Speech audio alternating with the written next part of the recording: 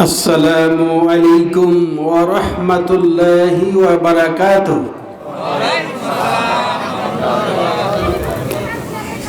إن الحمد لله نحمده ونستعينه ونستغفره ونؤمن به ونتوكل عليه ونعوذ بالله من شرور أنفسنا ومن سيئات أعمالنا من يهده الله فلا مضل له وما يضلله فلا هادي له أشهد أن لا إله إلا الله وحده لا شريك له ونشهد أن سيدنا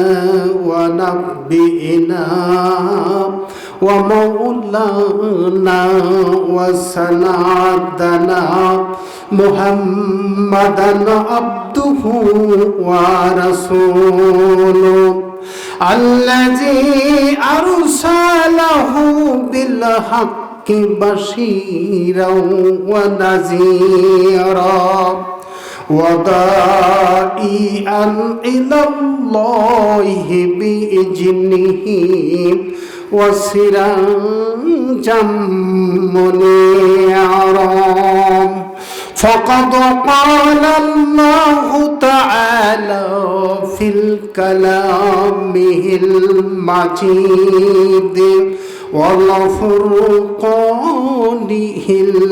الحميد فأعوذ بالله من الشيطان الرجيم من آمن به ومنهم من صد عنه وكفى بجهنم صعيرا إن الذين كفروا بآياتنا سوف نصليهم نارا كلما نضجت جلودهم بدلناهم جلودا غيرها ليذوقوا العذاب إن الله كان عزيزا حكيما والذين آمنوا وعملوا الصالحات سندخلهم جنات تجري من تحتها الأنهار خالدين فيها أبدا لهم فيها أزواج مطهرة وندخلهم ظلا ظليلا.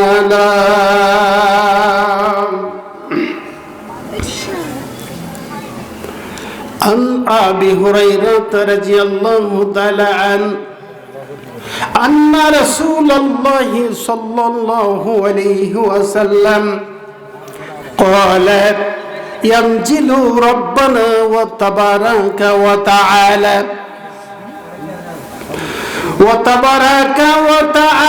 كل ليلة إلى السماء الدنيا حين يبقي ثلث الليل يقول من يدعوني فاستجب له ومن يسألني فأعطيه ومن يستغفرني فاغفر له رواه البخاري.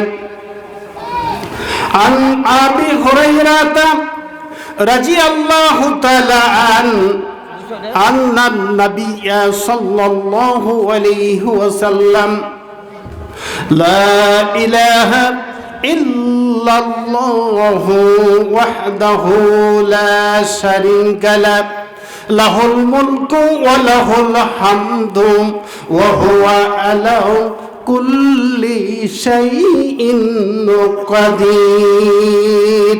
সুবহানাল্লাহি ওয়াল হামদুলিল্লাহি ওয়া লা ইলাহা ইল্লাল্লাহু আল্লাহু আকবার লা হাওলা ওয়া লা কুওয়াতা ইল্লা বিল্লাহ। রাওয়াহুল বুখারী। সময় এখন ভীষণ কঠিন, হে মুসলিম হুঁশিয়ার হুঁশিয়ার হুঁশিয়ার। সময় এখন ভীষণ কঠিন, হে মুসলিম হুঁশিয়ার হুঁশিয়ার হুঁশিয়ার। পাপাচারের ওই কালো মেঘে আজি ধরা হলো ঘোর আঁধিয়ার।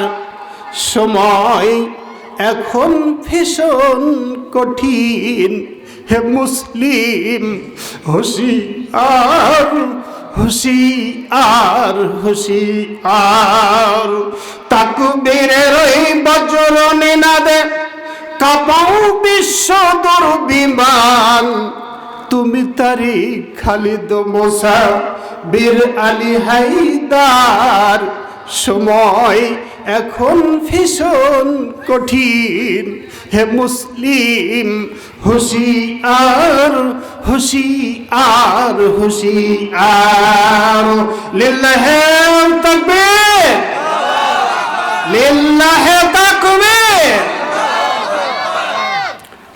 আর ঘুমায় না নয়ন মেলিয়া অলসতার জালে, এমনি করে তোর সব চলে গেল রসাতলে।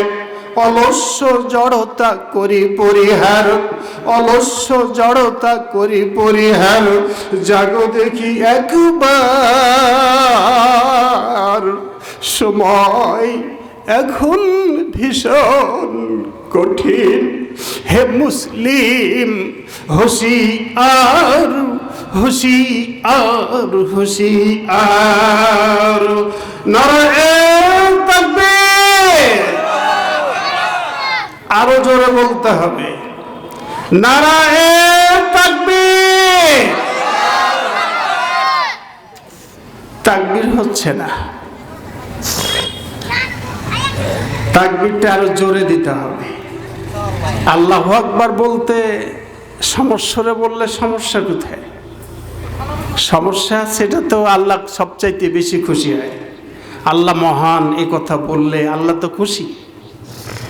জোরে বলা যায় না?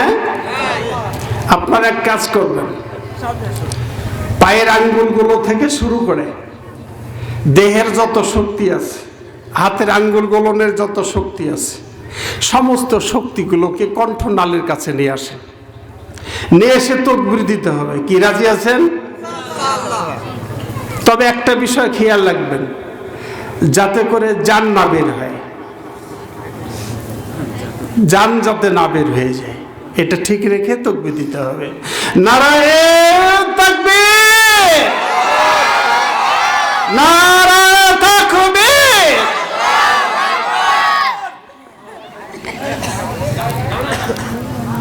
অধ্যকার ঠাকুরগাঁয়ের উত্তরগাঁও গ্রামের তাফসীরুল কোরআন মাহফিলের আমার শ্রদ্ধেয় সভাপতি, সহসভাপতি এবং অধ্যকার এই তাফসীর মাহফিলের বিশেষ করে দ্বিতীয় বক্তা, তৃতীয় বক্তা এবং সঞ্চালনে রয়েছেন আমার শ্রদ্ধেয় বড় ভাই আবুল কালাম আজাদ। প্রধান অতিথি হিসাবে উপস্থিত উনি এসেছিলেন আমার জানা মতে আপনাদের হোসেনগাঁও ইউনিয়নের সম্মানিত প্যানেল চেয়ারম্যান হেদায়েতুল্লাহ সাহেব, প্রাণপ্রিয় আমার সামনে উপবিষ্ট আমাদের এই মুসলিম ভাইয়েরা, তরুণ এবং যুবকেরা, পর্দার অন্তরালে আমার পল্লীর নিভৃত কোণের মা ও বোনেরা, আমি আপনাদিওকে সর্বপ্রথমে আমি আমার অন্তর থেকে সালাম দিয়েছি। আপনারা সালামের উত্তর দিয়েছেন এবং অনেকেই দেন নাই, চুপচাপে দিয়েছেন। তো আমি পুনরায় সালাম দিব। মা বোনেরা সমস্যারে সালামের উত্তর দিবেন না, মনে মনে বলবেন। আমার সামনে যারা আছেন সকলে সমস্যারে সালামের উত্তর দিবেন। আসসালামু আলাইকুম ওয়া রাহমাতুল্লাহি ওয়া বারাকাতুহু। সমস্ত প্রশংসা একমাত্র মহান আল্লাহ রাব্বুল আলামিনের জন্য, যিনি সজলা সফলা শস্য শ্যামলা শস্যে পুষ্পে পরিশোভিত করে পাতা পল্লবে কুসুম কলিতে সুশোভিত করে দয়াময় প্রভু সৃজন করেছেন এই সুন্দর ধুলার ধরনী। সমস্ত তারিফ একমাত্র সেই মহান সৃষ্টিকর্তা আল্লাহ রব্বুল আলামিনের জন্য, যে রব্বুল আলামিন পুষের এই হিমেল কুহিলিকায় তাফসিরুল কুরআন মাহফিলে আমাদের মতো হতভাগা কপাল পোড়া পাপিষ্ট বান্দা এবং বান্দিগুলিকে এই তাফসিরুল কুরআন মাহফিলে বসার সুযোগ দিয়েছেন। এই জন্য আপনারা কি পড়া উচিত? আল্লাহ শুকরিয়া আদায় করা উচিত। জোরে বলুন সুবহানাল্লাহ, আলহামদুলিল্লাহ। সম্মানিত উপস্থিতি, আমি সুদূর রাজশাহী থেকে এসেছি। আপনাদের এই সোনাবরণ মুখগুলো দেখে ঠাকুরগাঁয়ের উত্তর গ্রামের অত্যন্ত ভালো লেগেছে। আমি বাদ মাগরিব থেকে শুরু করে আপনাদের এখানে মাইক্রোফোন বাদ এশা থেকে চূড়ান্তভাবে আপনাদের তাফসিরুল কুরআন মাহফিল চলছিল। এতক্ষণ ধরে আপনারা তাফসির শুনেছেন। তাফসির শুনে আপনাদের খোরাকটা হয়ে গেছে, এখন শেষ টাইমে আমি এসছি। আপনারা কি আমার সাথে একটু থাকবেন? সবাই থাকবেন? একটু হাত উঁচু করে আল্লাহকে দেখেন। সবাই একটু হাত উঁচু করে দেখেন। আলহামদুলিল্লাহ, আল্লাহ তুমি কবুল করে নাও হাতগুলিকে, আল্লাহুম্মা আমিন। নামান আমি আপনাদের দৃষ্টি আকর্ষণ করে বলবো, যিনারা রাস্তার এদিক ওদিকে একটু মেহেরবানি করে ঘুরছেন। আমি রাজশাহী থেকে এসেছি, আপনাদেরকে নিয়ে একটু আল্লাহর অমীয় বাণীগুলো আপনাদেরকে একটু শোনাতে চাই। আপনারা একটু মেহেরবানি করে একটু সামিয়ানার কাছে এসে বসে যান। আমি কিছুটা তাফসির আপনাদেরকে শোনাবো। আপনারা এই মাহফিলের নাম দিয়েছেন তাফসিরুল কুরআন মাহফিল, তাই না? What do you mean by তাফসির? তাফসির শব্দ দ্বারা আপনি কি বুঝেন, আমরা কি বুঝি? তাফসির মাহফিলের নাম দিয়েছি, যদি তাফসির না হয় ইসলামী জালসা, দোয়ার মাহফিল আর তাফসিরুল কুরআন মাহফিল, পার্থক্য আছে না নাই? পার্থক্য আছে। এটা তাফসির মাহফিল। তাফসির মাহফিলে সে যদি তাফসির করা না হয় তাহলে তাফসিরের নামকরণের সার্থকতা আসে না। তাহলে তাফসির দরকার নাকি বলেন? তাহলে আমি ইনশাআল্লাহ, আল্লাহ যতটুকুন সময় আমাকে দেয় কথা বলার, আল্লাহ কথা বলার সুযোগ না দিলে কিন্তু আমি মামুন বিন জয়নাল আবেদিন পারবো না। পারবো?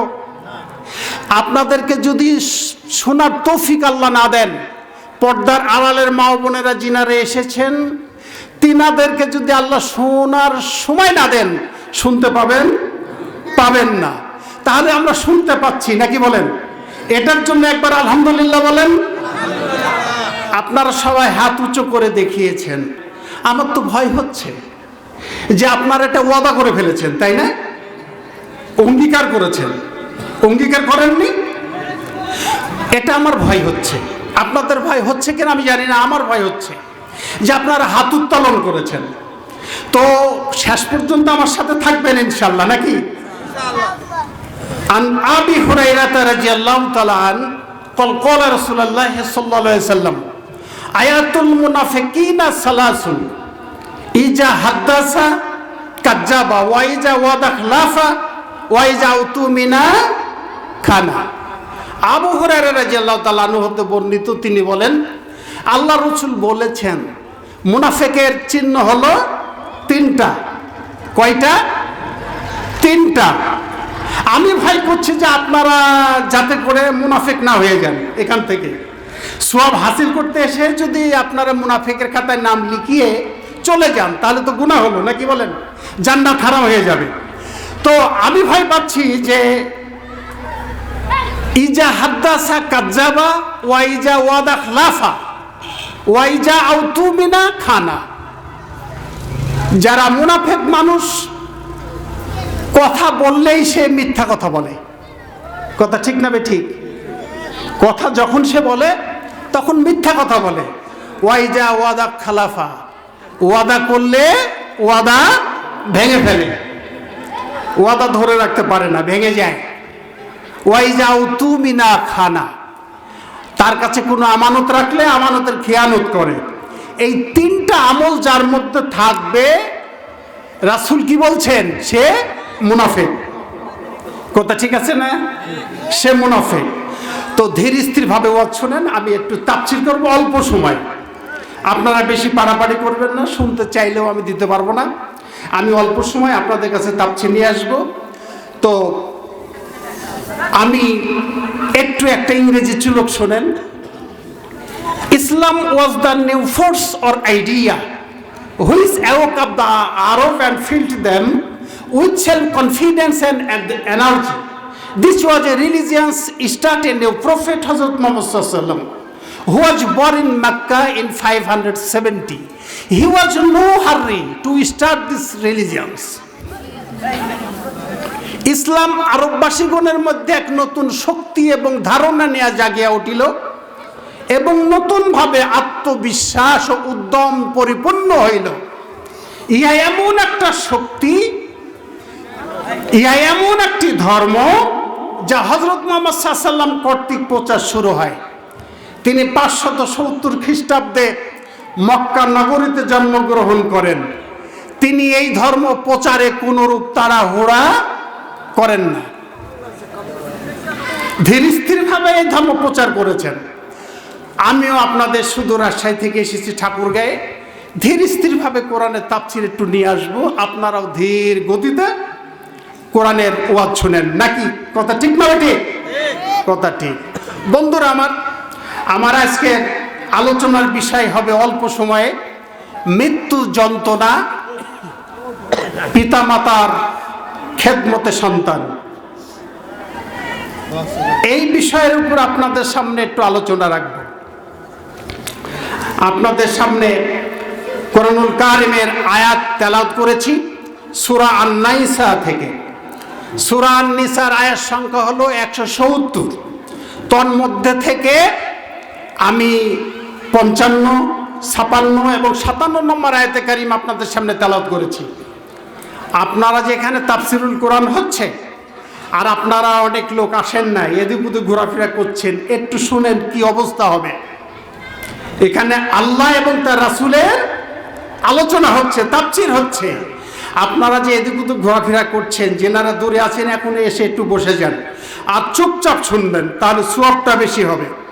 কিয়ামতের ময়দানে এই জমিন আপনাদের জন্য কঠিন বিভীষিকাময় সময়ে, বিপদের মুহূর্তে এই জমিন সাক্ষী দিবে আল্লাহর কাছে, আল্লাহর দরবারে সাক্ষী দিবে, বলবে যে রব্বুল আলামিন এরা কোরআনুল কারিমের তাফসীরে তারা বসেছিল, শুনেছে, বক্তা যতক্ষণ ধরে আলেম ওয়াজ করেছে ততক্ষণ আপনার তাফসীর শুনেছে, আজকে তাদের মাফ করে দিন। কিতাবের মধ্যে আসছে রাসূল বলছেন আল্লাহ সুবহানাহু ওয়া তাআলা বান্দাদেরকে ক্ষমা করে দিবেন এবং তারা জান্নাতে চলে যাবে। সুবহানাল্লাহ, একটু জোরে বলেন না সুবহানাল্লাহ। সুবহানাল্লাহ হাদিস শরীফে আসছে, হযরত ইবনে ওমর রাদিয়াল্লাহু তাআলা বলছেন যে আল্লাহ রাসূল বলেছেন সুবহানাল্লাহ বললে পাল্লা অর্ধেক ভরে যায়, আর আলহামদুলিল্লাহ বললে পরিপূর্ণ হয়ে যায়। সুবহানাল্লাহ, নেকির পাল্লা অর্ধেক হয় সুবহানাল্লাহ বললে, আলহামদুলিল্লাহ বললে পরিপূর্ণ হয়ে যায়। যাই হোক বন্ধুরা আমার, আমরা আল্লাহ এবং আল্লাহর রাসূলেই থাকতে হবে। রাসূলকে যদি আমরা ত্যাগ করি, যদি ধরে রাখতে না পারি, আল্লাহ রাব্বুল আলামিন সূরা আন-নিসার এই 55 নম্বর আয়াতে ঘোষণা করে বললেন তাদের জন্য দুজকের শিখায়িত আগুনই যথেষ্ট। فَمِنْهُمْ مَنْ آمَنَ بِهِ وَمِنْهُمْ مَنْ صَدَّ عَنْهُ وَكَفَى بِجَهَنَّمَ سَعِيرًا। আল্লাহ রাব্বুল আলামিন বলেন আর কিছু লোক তাকে মান্য করেছেন, আর কিছু লোক তার কাছ থেকে দূরে সরে গেছে। যারা দূরে সরে গেছে আল্লাহ রাব্বুল আলামিন বলছেন তাদের জন্য দুজকের শিখায়িত আগুনই যথেষ্ট। নাউজুবিল্লাহ। তাহলে রাসূলকে ছেড়ে চলে গেলে আল্লাহ বলছেন দুজকের আগুন তার জন্য যথেষ্ট। পরবর্তী আয়াত দেখেন কত কঠিন। আল্লাহ রাব্বুল আলামিন এখানে কি বলছে? কোরআনের তাফসীর আসেন না, শুনেন না, মনোযোগ দেন না, দেখেন আল্লাহ পাক কি বলছেন। সবাই আমার সাথে একটু পড়েন। কোরআনের তাফসীর কারকগণ বলছেন কোন বান্দা, আল্লাহর কোন বান্দা বান্দি যদি এই আয়াতটি তেলাওয়াত করে এবং তদ অনুযায়ী যদি আমল করে, আল্লাহ পাক তার জীবনের সব গুনাহ মাফ করে দেন। এই আয়াতটি এত গুরুত্বপূর্ণ। তাহলে আমার সাথে একটু সবাই পড়েন, বিসমিল্লাহির রাহমানির রহিম।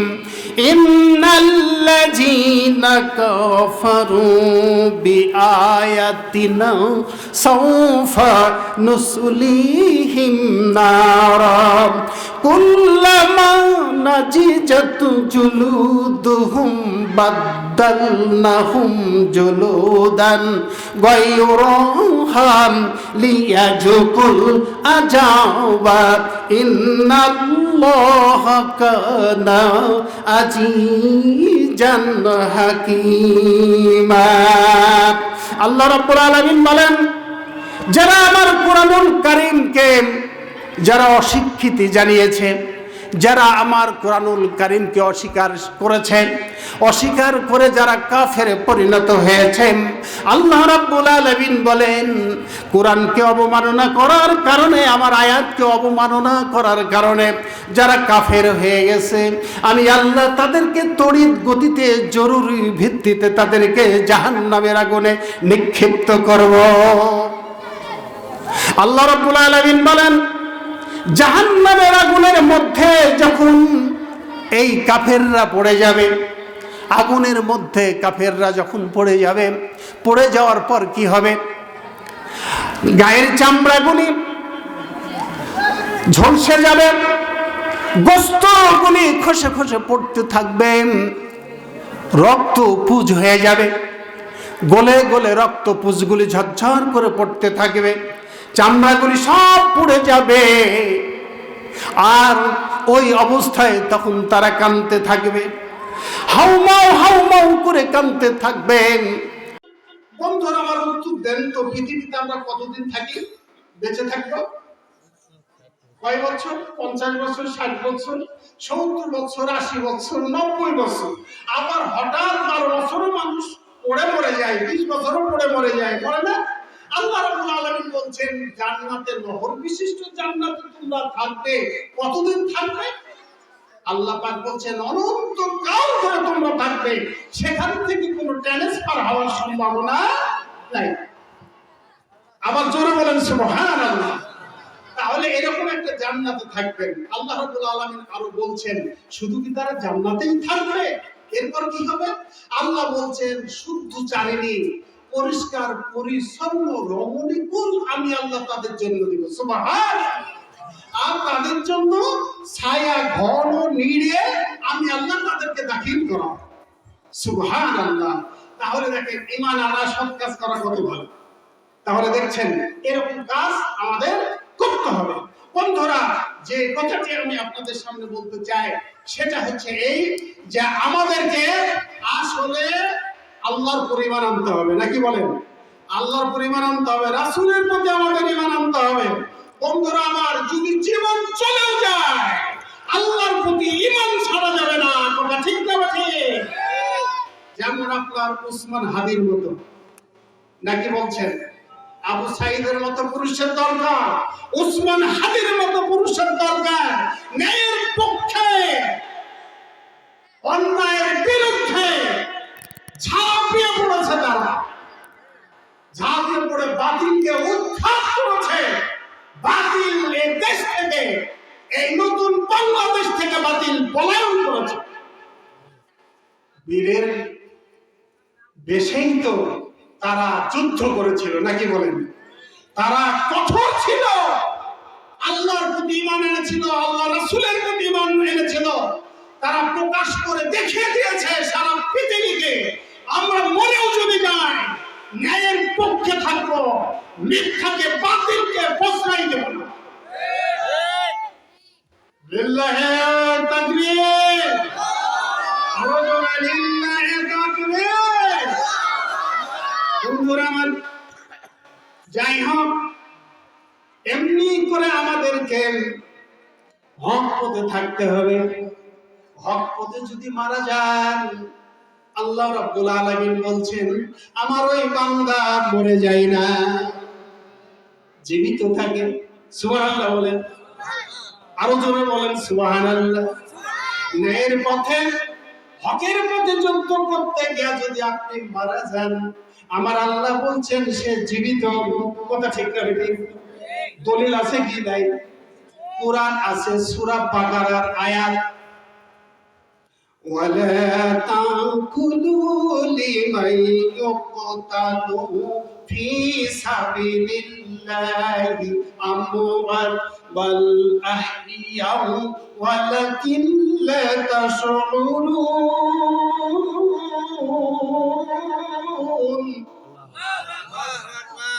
আল্লাহ রাব্বুল আলামিন বলছেন যারা ন্যায়ের পথে, যারা আমার রাস্তায়, আমার রাসূলের রাস্তায় যারা মৃত্যু বরণ করে, তোমরা তাদেরকে মৃত্যু বলো না, বরং তারা জীবিত।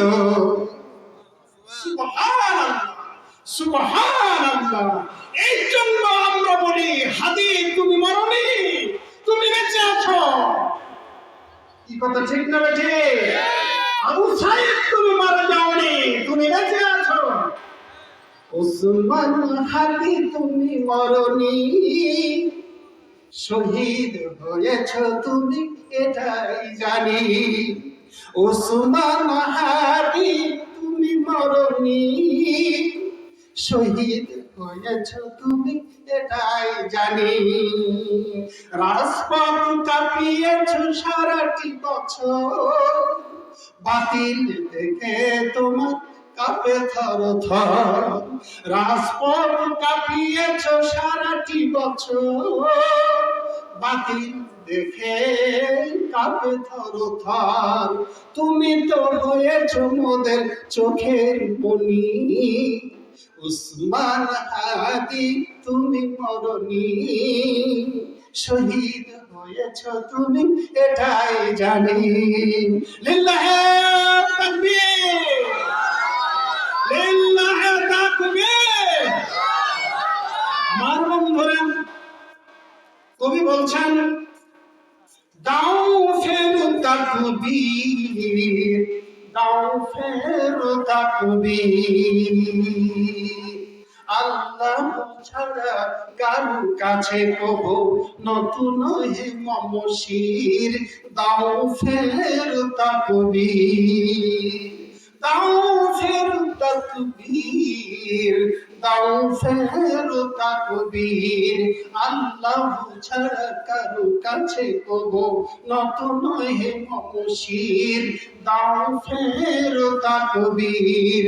আমারে করিতে নতন যুগে যুগে যত জালিমের দল, আঘাত এনেছে কত আঘাত আমারে করিয়াছে দুর্জয়, নির্ভয় কত পীড়ন করেছি জয়, শুধু কি পীড়ন কত প্রলোভন, রাজ্য বৈভব আমার এসেছে, আমি চাইয়াছি শাহাদত গৌরব, রক্ত দিয়েছি আল্লাহ রাহে মৃত্যু পরীক্ষা পর, দাঁড়ায় গিয়েছি নির্ভীক স্বরে আল্লাহু আকবার। লিল্লাহি তাকবীর। বন্ধুরা, আল্লাহ রাব্বুল আলামিন বলেন, আদম কথা যারা আমার রাস্তায় জিহাদ করে যুদ্ধ করে, আমি আল্লাহ মৃত্যুর পরে তাদেরকে জান্নাতুল ফেরদাউস রক্ত মাখা দেহ সহ জান্নাতের ভিতরে প্রবেশ করায় দিই। আমার ভাইয়েরা, সাহাবা বাইনরা যেভাবে কঠোরভাবে যুদ্ধ করেছে, কথা ঠিক না বলেন? বদর করেছে, উহুদ করেছে, খন্দক করেছে, মুতা করেছে, এমনি করে যুদ্ধগুলো তারা করেছে। আল্লাহ রাব্বুল আলামিন ১৫০০ বছর পূর্বে মেসেজ দিয়া জানিয়ে দিয়েছেন, ইয়া আইয়ুহাল্লাযীনা আমানু কাতিলুল লাযীনা ইয়ালুনাকুম মিনাল কুফফারি ওয়া ইয়াজিদু ফিকুম গিলজাতান واعلموا أن الله مع المتقين।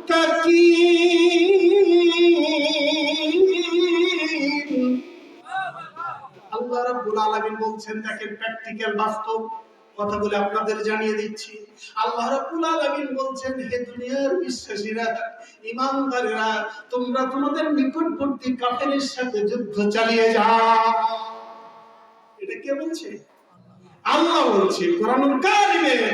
এটা অমীয় বাণী, আল্লাহর মুখের পবিত্র কালাম। আল্লাহ বলছে, মুমিনরা তোমরা থেমো না, দাঁড়িয়ে যেও না, থমকে যেও না, তোমরা অ্যাডভান্স করো, যুদ্ধ চালিয়ে যাও। কাফেররা যাতে করে বুঝতে পারে তোমরা কঠোরতা অবলম্বন করেছো, তোমাদের মধ্যে প্রচুর শক্তি আছে, তোমাদের মধ্যে সামর্থ্য আছে, এটা যেন তারা অনুভব করে। কি কথা ঠিক বুঝতে পারছেন না? তাই তো হয়েছে নাকি বলেন? তাই হয়নি? ৫ই আগস্টের কথা মনে হচ্ছে না আপনাদের? কি অবস্থা! আল্লাহ বাতিল কিভাবে বলাইছে! আল্লাহ, আল্লাহু আকবার। তাদের কঠোরতা ছিল বলে তো বলাইছে নাকি বলেন? বন্ধুরা আমার, আর কি বলছে? আপনারা যখন অধীর আগ্রহে তাফসীর শুনছেন, আল্লাহ রাব্বুল আলামিন বলছেন, ওয়াল্লাহু ওয়া'লামু মা'আল মুত্তাকিন। আমি রব্বুল আলামিন মুত্তাকিদের সাথেই রয়েছি। যারা পরিষ্কার তাকওয়াধারী, আমি আল্লাহ তার সাথেই রয়েছি। সুবহানাল্লাহ। কি আপনারা কি চলে যাবেন না শুনবেন? শুনবেন? শোনেন। তাহলে আমাদেরকে এরকম কঠোরতা অবলম্বন করতে হবে ইনশাআল্লাহ। আমি আপনাদের সামনে আসছি, আপনাদেরকে তো আমি বলেছি মৃত্যু যন্ত্রণা সম্পর্কে আপনাদেরকে ওয়াজ শোনানো হবে।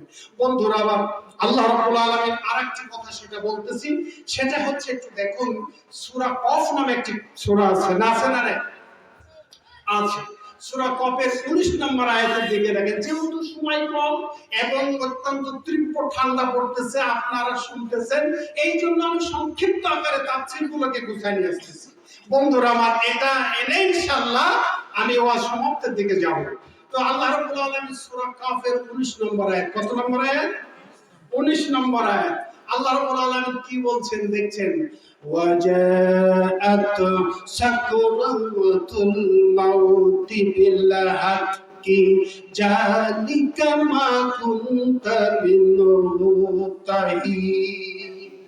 আল্লাহ রাব্বুল আলামিন বলছেন মৃত্যু যন্ত্রণা আসবে, তা থেকে তোমরা টাল বাহানা করতে।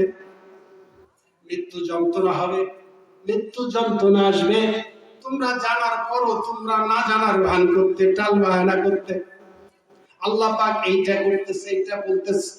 বন্ধুরা আমার, একটু দেখেন, আপনারা যে মাহফিলে আসেন না, মা বোনেরা ধৈর্য সহকারে ওয়াজ শুনতেছে, আপনারা যেগুলো আছেন শুনতেছেন, অল্প সময়ের ভিতরে দেখেন আল্লাহ পাক কিভাবে আমরা কেমনে বাঁচবো। ঈমান না এনে তো আমাদের আর কোনো পরিস্থিতি নাই, রাসূলের ভালোবাসা ছাড়া আমাদের আর কোনো পরিস্থিতি নাই। আল্লাহ কি বলছে দেখেন, মৃত্যু যন্ত্রণা সম্পর্কে বলছেন, মৃত্যু যন্ত্রণা অবশ্যই আসবে, তোমরা টাল বাহানা করে লাভ হবে না। আমার বন্ধুরা, হযরত আবু বকর আম্বারি হযরতে মুশরিক রাহিমাহুল্লাহ থেকে বর্ণনা করেছেন যে হযরত আবু বকর রাদিয়াল্লাহু তাআলা আনহু মৃত্যু শয্যায় শায়িত। খোলাফায়ে রাশিদিনের হেড, এক নম্বরের খলিফা হযরত আবু বকর, যাকে সিদ্দিক আকবর বলা হয়, সবচাইতে বড় সত্যবাদী বলা হয়। কি কথা ঠিক না বেটে? তাকে বড় সত্যবাদী বলা হয়। সে মৃত্যু শয্যায় শায়িত অবস্থায় তার পরিবেশ পরিস্থিতি কি একটু দেখেন। আমি এবং আপনি, এরা তো, আমরা তো কি, তাহলে দেখেন আবু বকরের মতো লোক কত কষ্ট পাচ্ছে, কত মৃত্যু যন্ত্রণায় সে পড়েছে। আল্লাহ পাক এটা বলতেছেন, কালামের মধ্যে আল্লাহ পাক বলছেন যে হযরত আবু বকর আম্বারি মুশরিক থেকে বর্ণনা করেছেন যে হযরত আবু বকর যখন মৃত্যু শয্যায় শায়িত, মৃত্যু যন্ত্রণা তাকে ধরে ফেলেছে। তাকে এমন ধরেছে মৃত্যু যন্ত্রণা, তার বক্ষটা ছটফট ছটফট করছে, আত্মা অস্থির হয়ে যাচ্ছে, বক্ষ সংকুচিত হয়ে যাচ্ছে, মরণ যন্ত্রণা এত কষ্ট, হযরত আবু বকর অত্যন্ত কষ্ট পাচ্ছে। কষ্ট পাওয়ার পরে ছটফট ছটফট করছে, কলিজা শুকিয়ে যাচ্ছে, কোন টাস্ট হয়ে যাচ্ছে কলিজা। এমনই অবস্থায় চোখ দিয়ে ঝরঝর করে পানি পড়ছে। মা ও বোনেরা একটু দেখেন যে হযরত আবু বকরের চোখ দিয়ে পানি পড়ছে আর কাঁদছে আর ছটফট ছটফট ছটফট করছে। হযরত আবু বকর বিছানায় শুয়ে হাতের ইশারা দিয়ে মা আয়েশা রাদিয়াল্লাহু তাআলা আনহাকে ডাকছেন, বিটিরে তুমি আমার কাছে একটু আসো, মা তুমি আমার কাছে আসো, মা মানে বিটিরে একটু আয়, মা আমার কাছে আয়। হযরত আবু বকর চোখ দিয়ে ঝরঝর করে পানি ফেলছে আর হযরতে আয়েশা রাদিয়াল্লাহু তাআলা আনহা পিতার কাছে আসছে, এসে দেখে তার পিতার চোখ দিয়ে ঝরঝর করে পানি পড়ছে। হযরত আবু বকর বলছে, মা মাগো, মৃত্যু যন্ত্রণা আমাকে এমন ভাবে গ্রাস করে ফেলেছে, এমন ভাবে আমাকে ধরে ফেলেছে, মা আমি আর সহ্য করতে পারছি না। বেটি তুমি আমার একটু কাছে আসো, মা একটু হাতটা বাড়িয়ে দাও। মা আয়েশা পিতার চোখের দিকে তাকিয়ে দেখছে, আব্বার দাড়ি মুবারক ভিজে যাচ্ছে, বক্ষটা ভিজে যাচ্ছে, হাতখানা বাড়িয়ে দিয়েছে। হযরত আবু বকর বলছে, মা মাগো, আমার মনে হয় আজকে এই দেখাটাই তোমার সাথে আমার শেষ দেখা হবে। আমি হয়তো মরে যাব মা, আমি আর হয়তো তোমাকে কাছে পাবো না। বেটি বলে, মা বলে আমি ডাকতে পারবো না, আমি হয়তো আজকেই আমাকে আজরাইল নিয়ে যাবে, আল্লাহর হুকুম হইতে হয়েছে। বেটি আমি মরে যাব মা, আমি আর বেশি দিন থাকবো না। পিতার এমনি করে কথা বলে শুনে মা আয়েশা হাত ধরে আছে, হাউ হাউ হাউ হাউ করে কাঁদছে, চোখ দিয়ে ছাপছার করে পানি ফেলছে। মা আয়েশা আবু বকরের চেহারার দিকে, চোখের দিকে চেয়ে দেখছে, অনর্গল টাস টাস করে পানি পড়ছে। মা আয়েশা পিতার কান্না দেখে সহ্য করতে না পেরে কিতাবের মধ্যে এসেছে, তাফসীরের কথাগুলো এসেছে, উনি বলছেন যে মা আয়েশা আরবিতে একটি কবিতা আবৃত্তি করলো। আর কবিতাটি হচ্ছে এই যে ইজা হাসারাজাত ইয়াউমা ওয়া জাকিবিহা সুর, ইজা হাসারাজাত ইয়াউমা ওয়া জাকিবিহা সুর, যার মিনিং হচ্ছে আত্মা একদিন ছটপট ছটপট করবে, আত্মা একদিন অস্থির হবে, বক্ষ সংকুচিত হয়ে আসবে। এই কথা আবৃত্তি করছেন মা আয়েশা। হযরত আবু বকর রাদিয়াল্লাহু তাআলা বলছে পৃথিবী কবিতাটার মানে আর আমার শরীরের অবস্থা একই জিনিস। আমার আত্মা তো ছটফট ছটফট করছে, আমার বক্ষটা সংকুচিত হয়ে যাচ্ছে, আমার কলিজা শুকিয়ে যাচ্ছে, আমি মনে হয় আর বাঁচবো না। আরো চিৎকার করে কাঁদতে কাঁদতে লাগলো আর বললো, বেটি তুমি আমাকে একটু ভালো করে দেখে নাও, আমি আর হয়তো বাঁচবো না। বন্ধুরা আমার, আমাদের পাড়া গায়ে, আমাদের গ্রামের শহরে যখন পিতা অন্তিম শয্যায় শায়িত হয়, মরে যাচ্ছে, এমনই দেখবেন চোখের কোনা দিয়ে পানি ঝরছে, মেয়েরা আসে, ছেলেরা আসে, তাদেরকে দেখে বাবা আরো কান্নাকাটি করতে চায়, কান্নাকাটি করে। বন্ধুরা আমার, হযরতে আবু বকর রাদিয়াল্লাহু তাআলা এইরকম মরণ যন্ত্রণায় পড়ে উনি মা আয়েশা রাদিয়াল্লাহু তাআলা আনহাকে বলছে, বেটি তুমি অযথাই এই কবিতাকে আবৃত করেছো। তুমি যদি আল্লাহর পবিত্র কালাম এই আয়াতটি তেলাওয়াত করতে, আল্লাহ রাব্বুল আলামিন হয়তো আমাকে মৃত্যু যন্ত্রণা থেকে একটু বাঁচাতেন। উনি বললেন, বেটি এইটা পড়লে না কেন? وجاءت سكرات الموت بالحق ذلك ما كنت منه تحيد। মা রে, তুমি আয়াতটি কেন তেলাওয়াত করলে না? এই আয়াতটি কেন পাঠ করলে না? বন্ধুরা আমার, সিদ্দিকে আকবর প্রথম খলিফা, চারজন খলিফার মধ্যে এক নম্বরের খলিফা, জান্নাতের সার্টিফিকেট ধারী এক নম্বরের মানুষ হযরত আবু বকর। কি ঠিক না বেঠিক? মৃত্যু আগেই জিন্দা অবস্থায় তাকে জান্নাতের সার্টিফিকেট দিয়েছিলেন। আমি আপনাদের সামনে বলতে চাই, মা বোনদেরকে বলতে চাই, বেটি রে তোমরা দেখো তোমার বাবা অনেক চলে গেছে, তোমার মা অনেক চলে গেছে, মৃত্যু শয্যায় বাবার শায়িত অবস্থায় তার কাছে ছিলেন। গর্ভধারিণী মা, জগৎ জননী মা যখন মৃত্যু বরণ করে তার পাশে তোমরা ছিলা। ও ভাইরা, আমরা তো এমনি করেছিলাম, আমারও, আমি আলেম মানুষ হলে কি হবে, আমার বাবাও নাই মাও নাই, চলে গেছে। আজও বাবা মায়ের কথা মনে পড়ে, কারণ অনেক রাত্রি হলে দক্ষিণা দোয়ার খুলে বসে চেয়ে চেয়ে দেখতো ছেলে কখন আসবে। আজ দেখেন যাদের মা নাই, যাদের বাবা নাই গো ভাই, আজকে চেয়ে দেখেন তাদের কথা মনে পড়ে।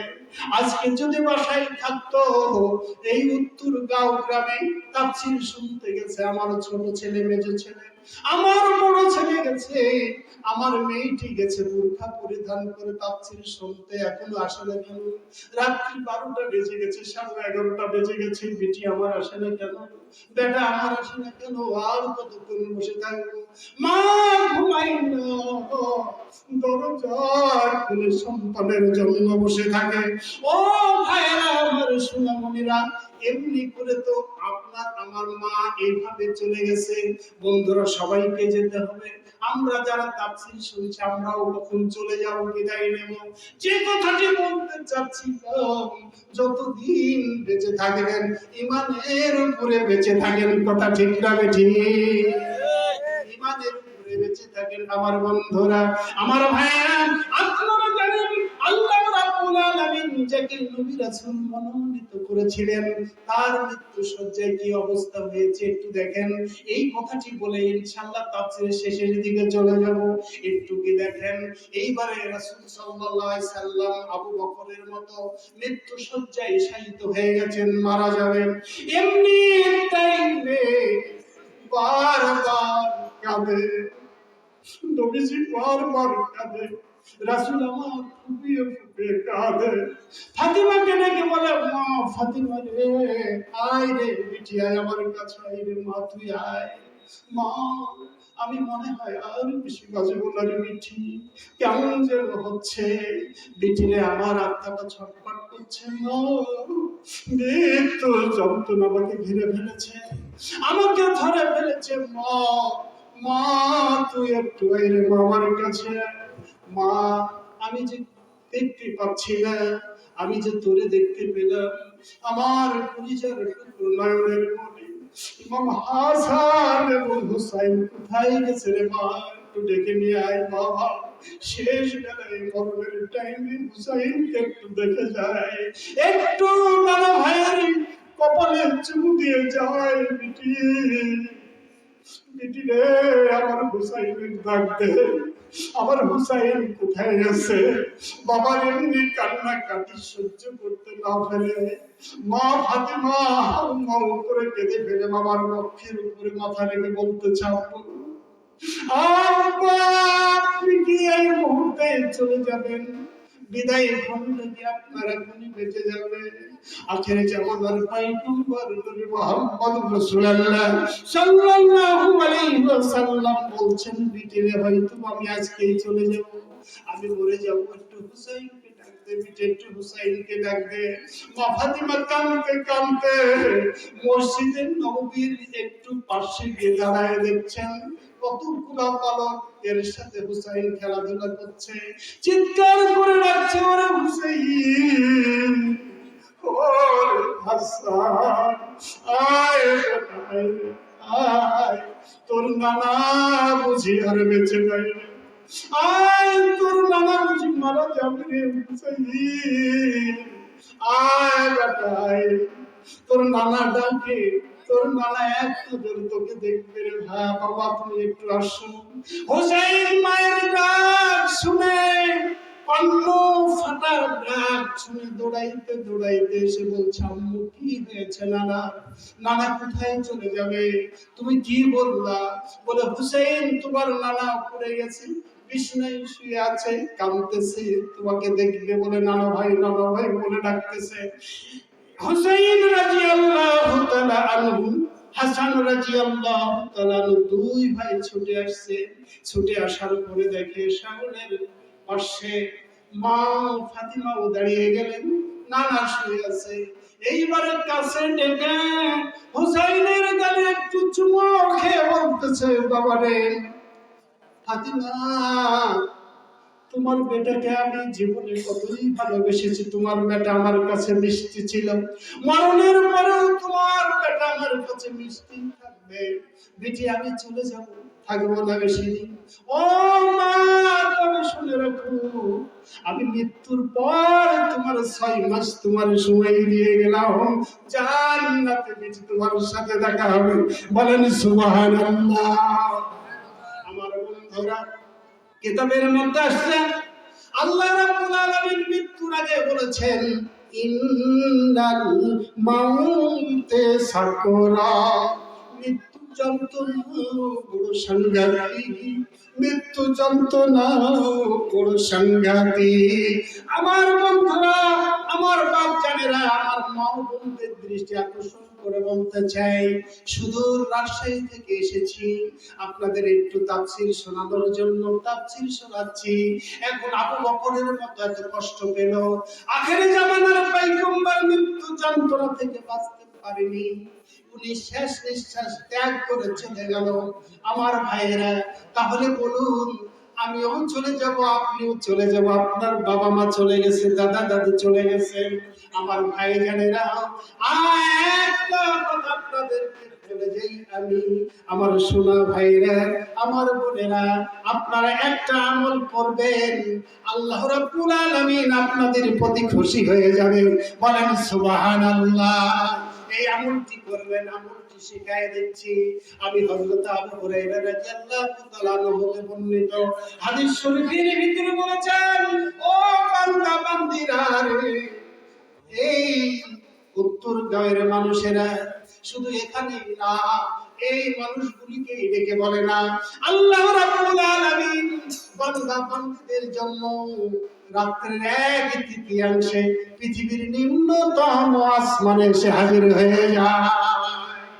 হযরত আবু হুরায়রা রাদিয়াল্লাহু তাআলা আনহু বলছেন, আন আবি হুরায়রা রাদিয়াল্লাহু তাআলা আন্না রাসূলুল্লাহ সাল্লাল্লাহু আলাইহি ওয়াসাল্লাম ক্বালা ইয়ানজিলু রাব্বানা ওয়া তাবারাকা ওয়া তাআলা কুল্লা লাইলাতিন ইলা সামাহিদ দুনিয়া হিনা ইয়াবগি সালাসাল লাইলি ইয়াকুলু মাইয়াদউনি ফাস্তাজিবু লাহু ওয়া মাইয়াসআলনি ফাউতিয়াহু ওয়া মাইয়াস্তাগফিরুনি ফাগফির লাহু রাওয়াহুল বুখারী।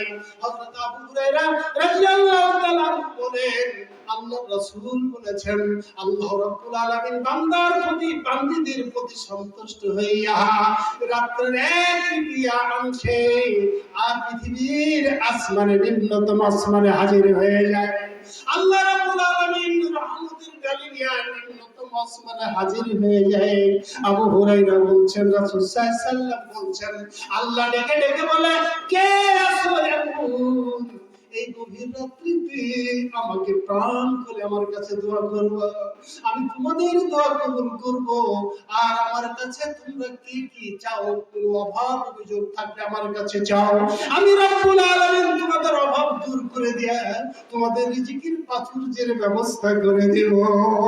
সবাই জোরে সরে বলেন সুবহানাল্লাহ। আমার ভাইরা, আল্লাহ রাব্বুল আলামিন বলছেন, ওয়া মাইয়াস্তাগফিরুনি ফাগফির লাহু। কেমন পাপী বান্দা আছো, বান্দী আছো, গভীর রাত্রে উঠো, গভীর রাত্রে উঠে আমার কাছে তোমরা প্রার্থনা করো, ক্ষমা প্রার্থনা করো, ক্ষমা চাও, আমি রব্বুল আলামিন তোমাদের ক্ষমা দেওয়ার জন্য চেয়ে রাখবো পৃথিবীর নিম্নতম আসমানে হাজির। সুবহানাল্লাহ একটু বলবেন না? একটু জোরে সোরে বলেন সুবহানাল্লাহ, তো আরো জোরে বলেন সুবহানাল্লাহ। আর একটা আমল আপনাদের কাছে বলে যাই, আপনারা যারা সামনে বসে আছেন কাজে লাগবে, 100 কাজে লাগবে। মা ও বোনেরা প্রজেক্টরের মাধ্যমে যারা ওয়াজ তাফসীর শুনছেন তিনাদেরও কাজে লাগবে। এরকম হয় না যে আপনি একজন পুরুষ মানুষ, আপনার মনের আশা পূরণ হয় না? এরকম হয় না? আপনি যেটা চাহিদা করছেন সেটা আপনার ভাগ্যে হচ্ছে না, ছুটে যাচ্ছে, যেখানে যাচ্ছেন সেখানেই যেন সাগর শুকিয়ে যাচ্ছে, আপনাকে দেখে সাগরের পানি বয় পায়, ছুটে যায়, আপনার দুঃখ যাতনা শেষ হয় না। এরকম হয় না? একটা আমল করেন ওই রাত্রিতে, আল্লাহ নিম্নতম আসমানে হাজির হয়, আপনি যে দোয়া করবেন সেই দোয়াই কবুল হবে। এরকম হয় না? পাড়া গ্রামে অনেক স্বামী রাতের আধারে স্ত্রীর উপরে নির্যাতন করে, অত্যাচার করে, মদ খেয়ে মাতাল হয়ে স্ত্রীকে মারধর করে, এরকম করে না? স্ত্রীকে তালাক দিতে চায়, অন্য মেয়ের সাথে পরকীয়ায় লিপ্ত থাকে, অথচ এই মেয়ে ভাত পায় না, কাপড় পায় না, কষ্টে থাকে ছেলে মেয়ে নিয়ে। এরকম মা বোন নাই? এরকম মা বোন আছে। এই মা বোনদের চ্যালেঞ্জ করে বলি আমি, আপনাদের কাজে লাগবে 21 দিন আমল করবেন। এই রাত্রের এক তৃতীয়াংশে উঠে ওযু বানাইয়া 21 দিন আমল করবেন, আপনি আর ফলপ্রসূ, আপনি সফলতা অর্জন করবেন। যে ছাত্র 2 বার 3 বার ফেল করে, মাস্টার্সে গিয়া অনার্সে সেকেন্ড ক্লাস পাইছেন, মাস্টার্সে গিয়া হয় না, ফেল করেন, আপনি এই আলা ধরায় ইবাদত করেন, আপনি এই আমল করেন, আপনি ইনশাআল্লাহ আপনার মাস্টার্স কমপ্লিট হয়ে যাবে।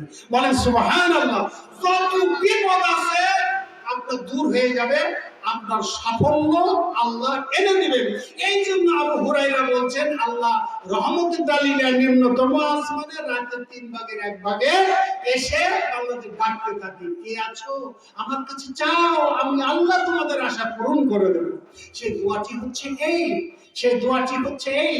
হাদিসটা পাঠ করেছেন হযরত আবু হুরায়রা রাদিয়াল্লাহু তাআলা রিওয়ায়াত করেছেন, আন আবি হুরায়রা রাদিয়াল্লাহু তাআলা আন্না রাসূলুল্লাহ সাল্লাল্লাহু আলাইহি ওয়াসাল্লাম ক্বালা লা ইলাহা ইল্লাল্লাহু ওয়াহদাহু লা শারীকা লাহু লাহুল মুলকু ওয়া লাহুল হামদু ওয়া হুয়া আলা কুল্লি শাইইন কাদির সুবহানাল্লাহি ওয়াল হামদুলিল্লাহি ওয়া লা ইলাহা ইল্লাল্লাহু আল্লাহু আকবার লা হাওলা ওয়া লা কুওয়াতা ইল্লা বিল্লাহ।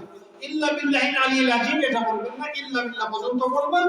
বলার পর আপনি ওযু করবেন।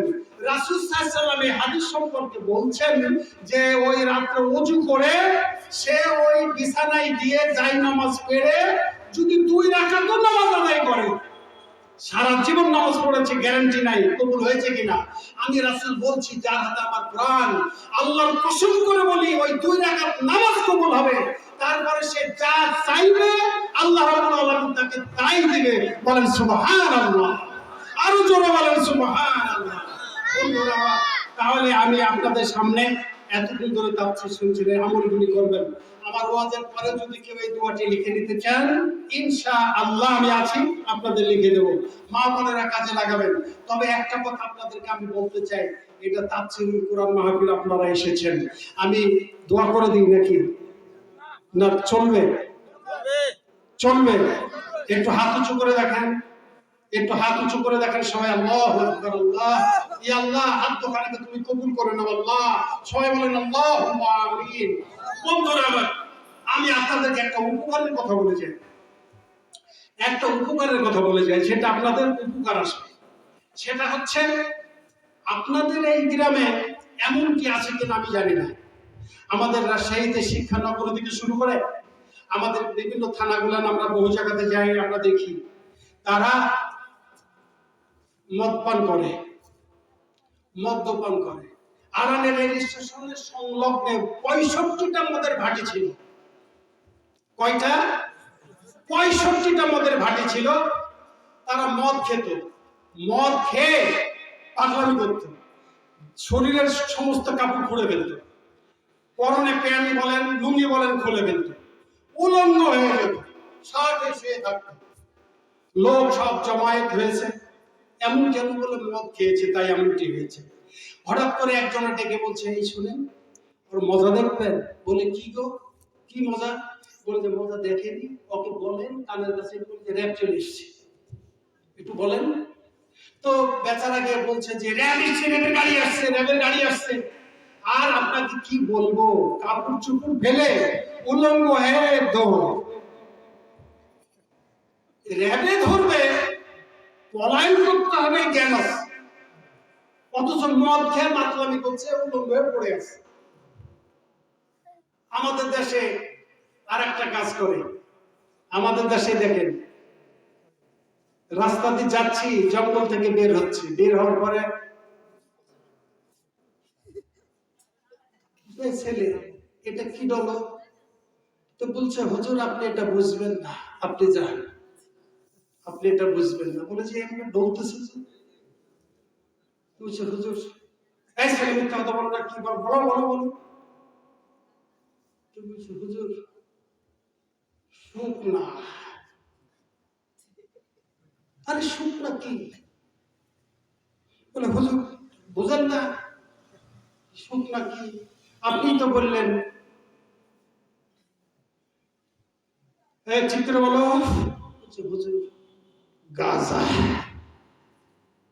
আপনাদের দেশে নেই, এরকম তরুণ যুবক নাই। আপনারা এই উত্তরগাঁ ঠাকুরগাঁয়ের এলাকার মানুষ ভালো, আপনাদের দেশে নেই। আবার আমাদের দেশে আল্লাহ 8ম শ্রেণীতে পড়তেছে, 7ম শ্রেণীতে পড়তেছে, intermediate first year, SSC pass করেছে অথবা কমপ্লিট করেছে, পরীক্ষা দিবে রাত দিন 12-1টা পর্যন্ত টিপছে, 12-1টা পর্যন্ত টিপে। নাউজুবিল্লাহ। ওই ছেলে ফার্স্ট ক্লাস হবে, এ প্লাস পাবে, গোল্ডেন পাবে, রাত 1টা পর্যন্ত চালায়, পাবে না, মাথায় নষ্ট হয়ে যাবে, দৃষ্টি শক্তি কম পাবে। এগুলো থেকে আমাদের বাঁচতে হবে। বন্ধুরা আমার, কয়েক মিনিট আপনাদের একটা ভালো কথা বলি আমি।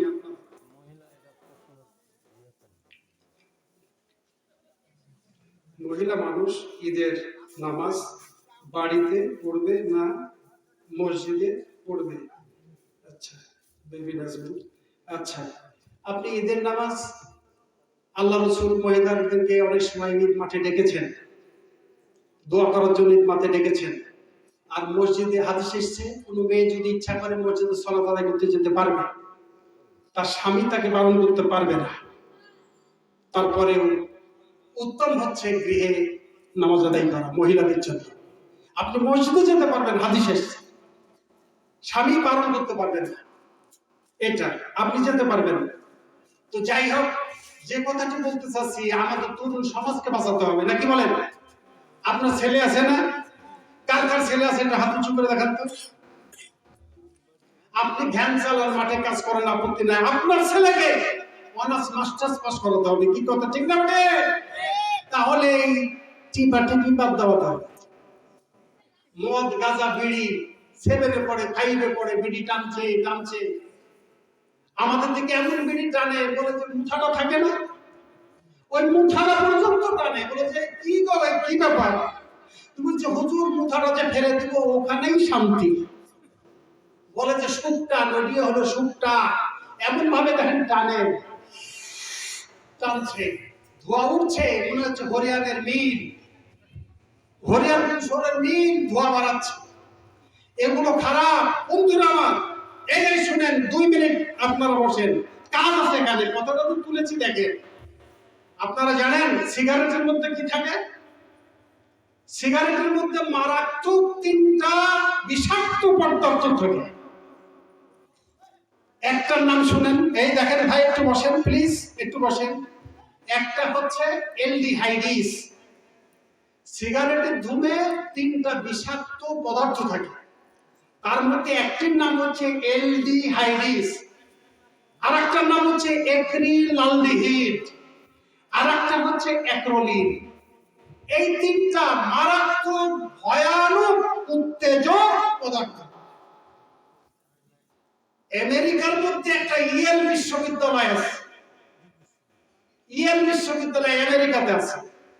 ওই বিশ্ববিদ্যালয়ের শিক্ষকরা গবেষণা করে দেখেছেন, যারা ধূমপায়ী ছাত্র আর যারা অধূমপায়ী ছাত্র, 1 বছরে যারা অধূমপায়ী তাদের বুকের আয়তন বেড়েছে, উচ্চতা বেড়েছে, ওজনও বেড়েছে। যারা ধূমপায়ী তারা ক্ষতিগ্রস্ত হয়েছে, বাড়েনি। এটা ভালো না খারাপ? এই গবেষণা করেছে, এটা ভালো না খারাপ? সিগারেটের মধ্যে 3টা পদার্থ বিষাক্ত দেখতে পেলেন। সিগারেটের মধ্যে আরো 2টি বিষাক্ত পদার্থ থাকে। একটির নাম হচ্ছে নিকোটিন। চিকিৎসা বিজ্ঞান প্রমাণ করছে যে একটার নাম হচ্ছে নিকোটিন, আর একটার নাম হচ্ছে কার্বন মনোক্সাইড। মা বোনের আপনাদের ছেলেদেরকে যদি এটা জানতে পারেন, নিষেধ করে দিবেন এই ধূমপান করতে। একটা হচ্ছে নিকোটিন আর একটা হচ্ছে কার্বন মনোক্সাইড। নিকোটিন কি? What do you mean by nicotine? Nicotine শব্দ দ্বারা আপনি কি বুঝেন? সিগারেট খেলে আপনার কি হয়? আপনার ছেলে 12, 14, 15, 16 বছরের ছেলে সিগারেট খাচ্ছে, তার কি হচ্ছে? আপনি বাবা এটা জেনে শুনে তাকে খেতে দিবেন কেন? নিকোটিন হচ্ছে তামাকের বিষময় সারাংশ, আর আরেকটি হচ্ছে বিষাক্ত বাষ্প, যাহা রক্তকে দূষিত করে। নাউজুবিল্লাহ বলেন, নাউজুবিল্লাহ বলেন, নাউজুবিল্লাহ বলেন, আস্তাগফিরুল্লাহ বলেন।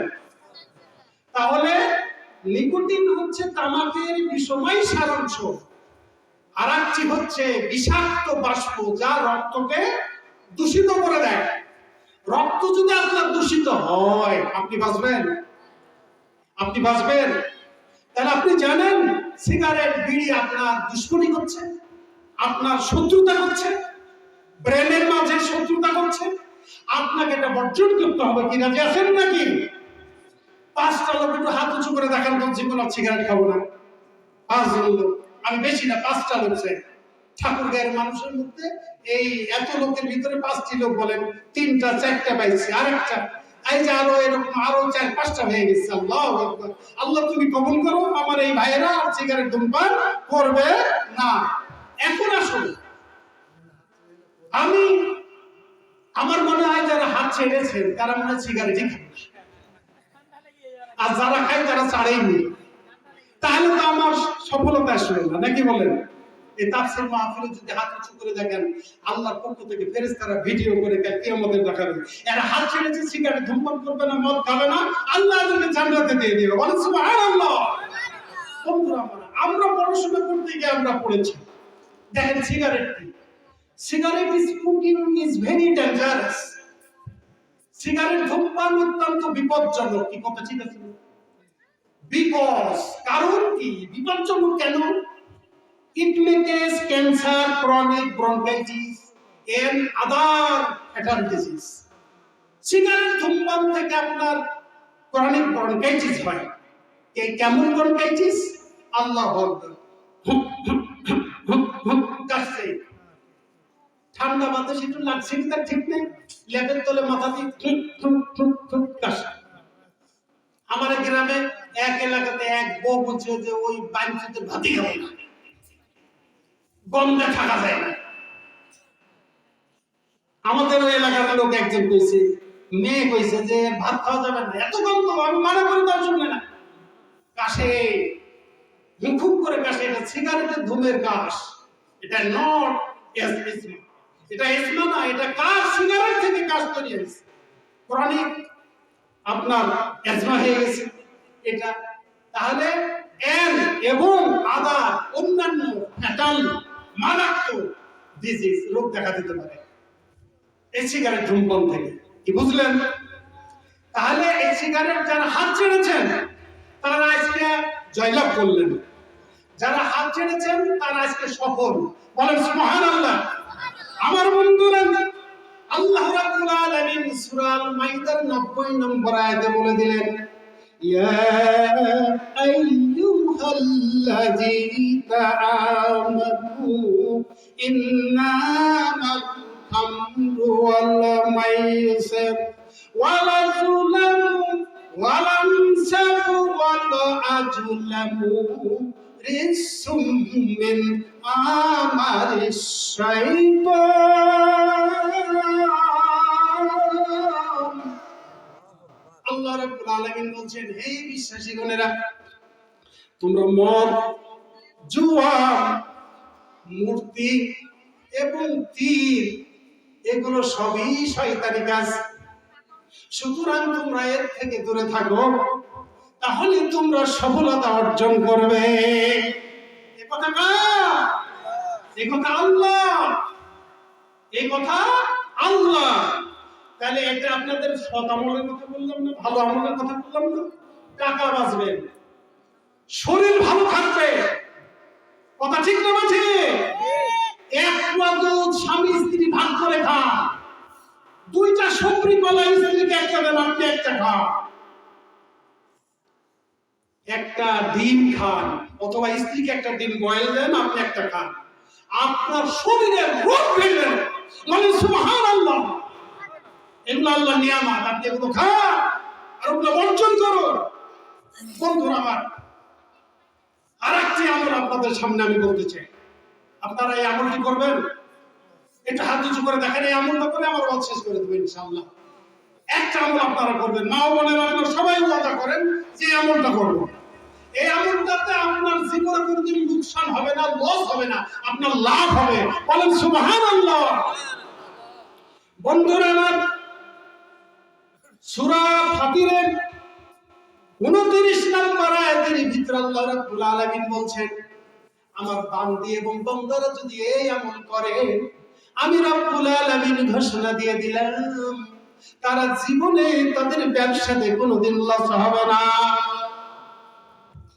কত ভালো কথা! আমার সাথে বলেন, আয়াতটি একটু তেলাওয়াত করেন শেষের দিকে। বিসমিল্লাহির রাহমানির রাহিম। ইন্নাল্লাযীনা ইয়াতলুনা কিতাবাল্লাহি ওয়া আকিমুস সালাত ওয়া মিম্মা রাযাকনাহুম সিররান ওয়া আলানিয়াতান ইয়ারজুনা তিজারাতাল লান তাবুর। আল্লাহ রাব্বুল আলামিন বলছেন, নিশ্চয় যারা, এবার মিনিং হচ্ছে, আল্লাহ রাব্বুল আলামিন মেসেজ দিয়ে জানিয়ে দিয়েছেন, হে আমার বান্দীরা, আমার বান্দারা, তোমরা শোনো, নিশ্চয় যারা কোরআন তেলাওয়াত করে, কোরআন তেলাওয়াত করলে কি হয় দেখেন, নিশ্চয় যারা কোরআন তেলাওয়াত করে আর নামাজ কায়েম করেন, আর আমি যা রুজি দিয়েছি, আমি যা রিজিক দিয়েছি, আমি যা ধন দৌলত দিয়েছি, টাকা পয়সা দিয়েছি, এর থেকে আমার রাস্তায় দান করে, সদকা করে, ব্যয় করে। যেমন এটা একটা মাদ্রাসা, এইটা একটা মাদ্রাসা, উত্তরগাঁও স্বতন্ত্র ইবতেদায়ী মাদ্রাসা। এটা একটা মাদ্রাসা, এটা নবীর ঘর, নবীর জায়গা মাদ্রাসা। এই মাদ্রাসাটাকে যদি জিন্দা রাখতে পারেন গো, কিয়ামতের ময়দানে মাদ্রাসা সাক্ষী হয়ে যাবে আল্লাহ। 10 টাকা 20 টাকা 500 1000 2000 5000 10000 টাকা পর্যন্ত দিয়েছে, তোমার মাদ্রাসা পৃথিবীর বুকে টিকিয়ে রেখেছে, আজকে তাদেরকে জান্নাতে দাও। আমার আল্লাহ বলে, বান্দা আমি তাদেরকে জান্নাতে দিয়ে দিলাম।